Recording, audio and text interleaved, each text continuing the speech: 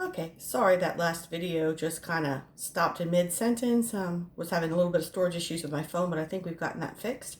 So where we had left off was here on the cranial meninges, and I was talking about how these very same three layers will continue down over the spinal cord, and then we're going to call them the spinal meninges. And if you have an inflammation of any of these layers, that's what we call meningitis. Okay, so now let's talk about each of these cranial meninges one at a time. The first one is the dura mater. Now, the dura mater has two layers to it. It has an inner layer and an outer layer. The inner layer is on the brain side. The outer layer would be up towards the bottom of the skull, the inner parts of the cranial vault. And whenever those two shapes are similar, these two layers stay together. But whenever the brain has an area that goes down, like in the longitudinal fissure or in the transverse fissure, then these two layers separate, and the inner layer forms a fold that follows the shape of the brain, and the outer layer stays up against the cranial bone as part of the periosteum. And so whenever they separate, we get these spaces that are called dural venous sinuses. Okay? So these folds of the dura have a few jobs. They help to stabilize the position of the brain within the cranial vault, and those spaces between the layers collect the cerebrospinal fluid and put it back into the veins, because we're going to create cerebrospinal fluid from fluid we take from the blood. We're going to put that fluid back in the blood when we're finished with it. Now, of course, now it doesn't have any oxygen in it, and it's filled with like metabolic wastes, but we're still going to return it to the circulatory system.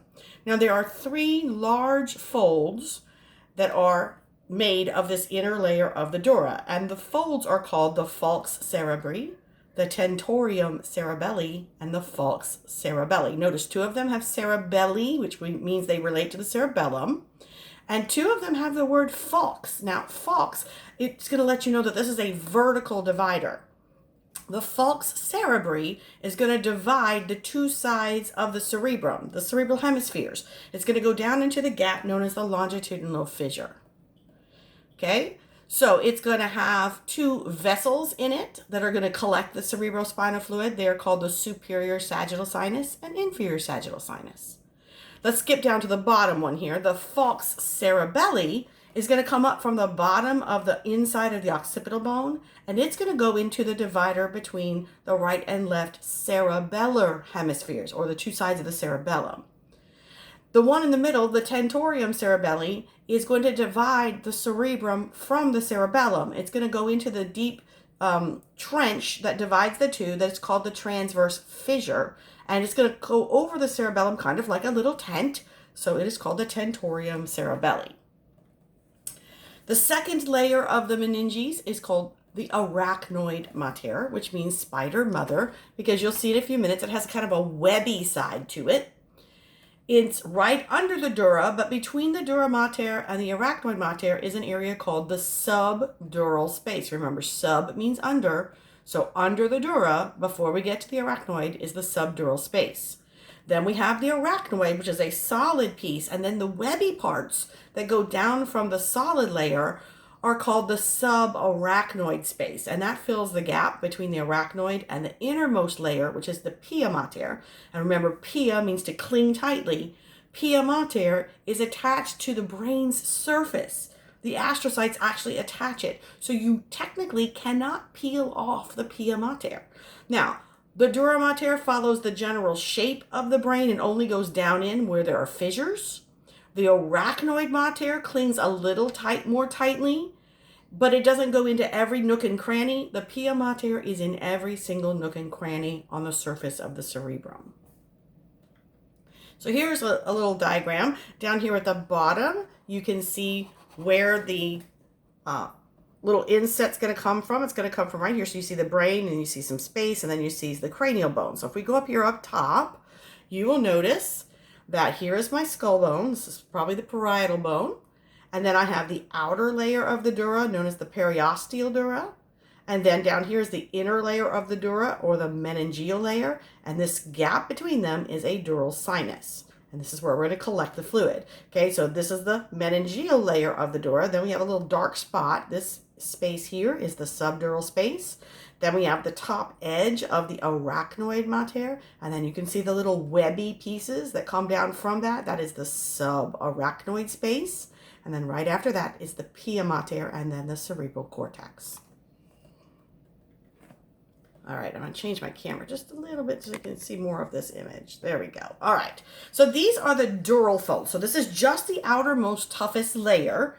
And this fold, notice it goes from the front of the skull all the way to the back. And this would divide your two cerebral hemispheres. So this big piece here is the falx cerebri. It's actually attached up front here to the crista galli of the ethmoid bone. And you guys should know what that is. Now, this thick fold, you see it has a blue vessel running on the top. That's the superior sagittal sinus. And then one that runs right here in the middle, that is called the inferior sagittal sinus. And the reason why it has to stop here is because the diencephalon and the association fibers are going to cross over from one side of the brain to the other. So we can't completely separate them from each other.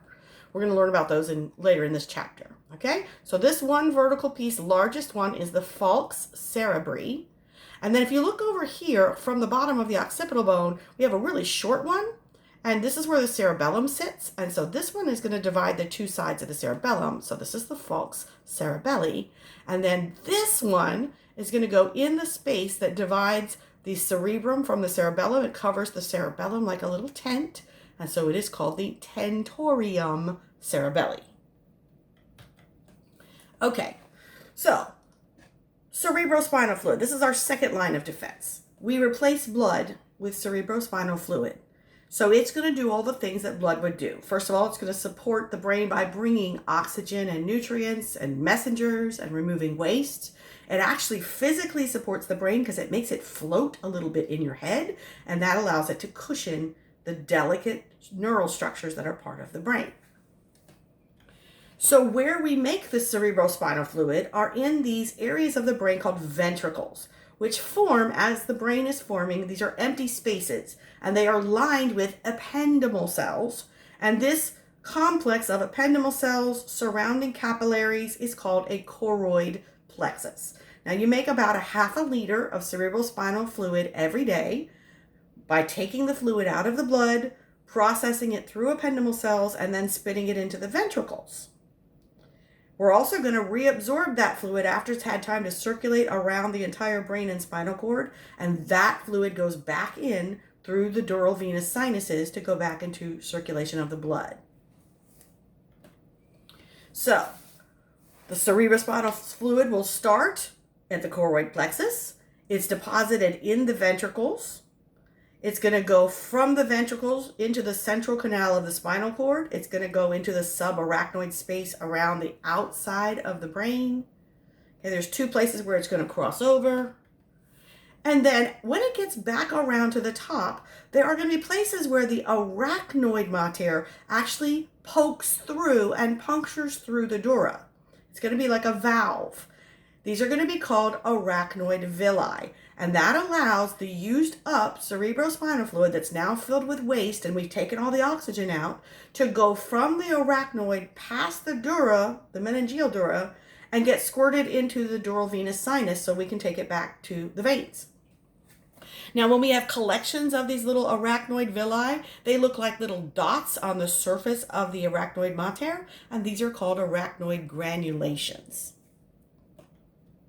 So here is the circulation. So in here where the ventricles are, see this red? This is within the roof of the third ventricle. That is my choroid plexus. There would also be one in this lateral ventricle behind the screen, and in a lateral ventricle that would be in front of the screen. And they're creating the cerebrospinal fluid. It flows from the lateral ventricles to the third ventricle, and then it goes down the cerebral aqueduct to the fourth ventricle. Notice there's another choroid plexus. And there are places here and here where we can take it out, okay? And then it goes down the central canal of the spinal cord all the way to the bottom. At the bottom of the spinal cord is a hole, and that fluid leaks and fills up the area around the spinal cord, which pushes it back upwards. And then it's going to come up into the subarachnoid space and be sucked through. Here's an arachnoid villus. It's going to get brought through and now put into the dural venous sinus. So here's an up-close view. This is creating the cerebrospinal fluid. So here's a capillary. Notice the capillary doesn't let actual blood into the brain.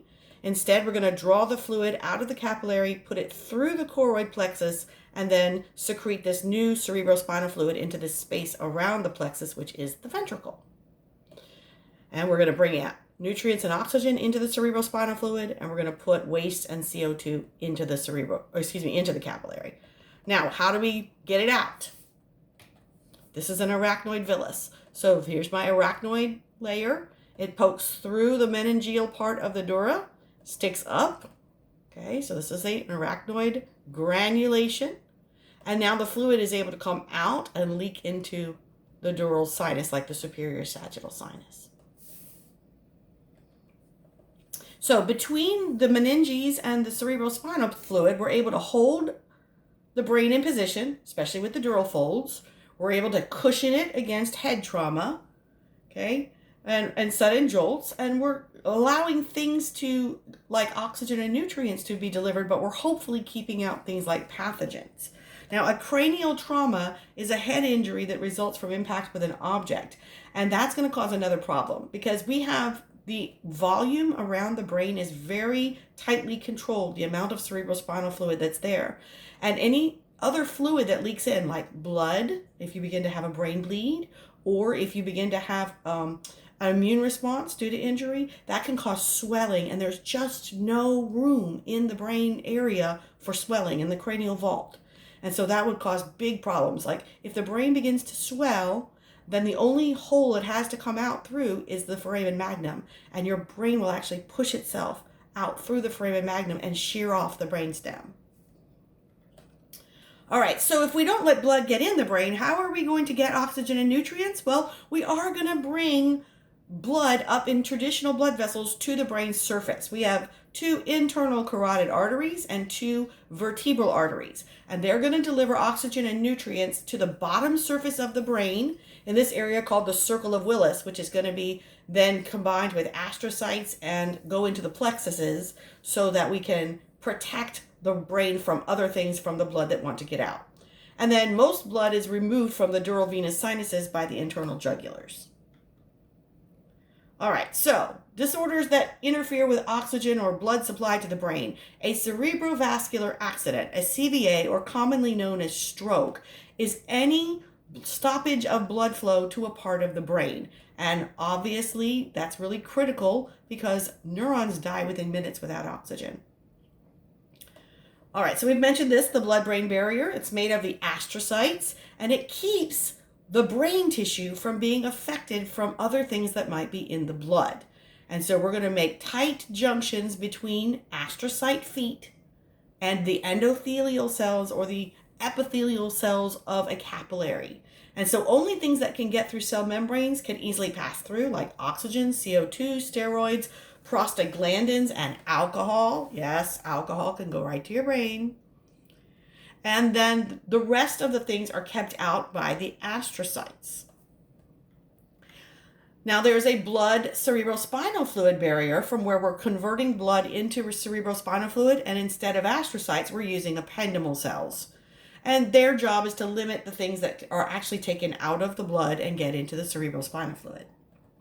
Now, there are places in the brain where we cannot keep a blood-brain barrier, so we have vulnerable spots. Remember, the hypothalamus is kind of like the guy in the mech suit, and so it has to see the actual blood and see what the composition is, and it's going to be putting hormones in, it's going to be looking at oxygen and CO2 and other levels.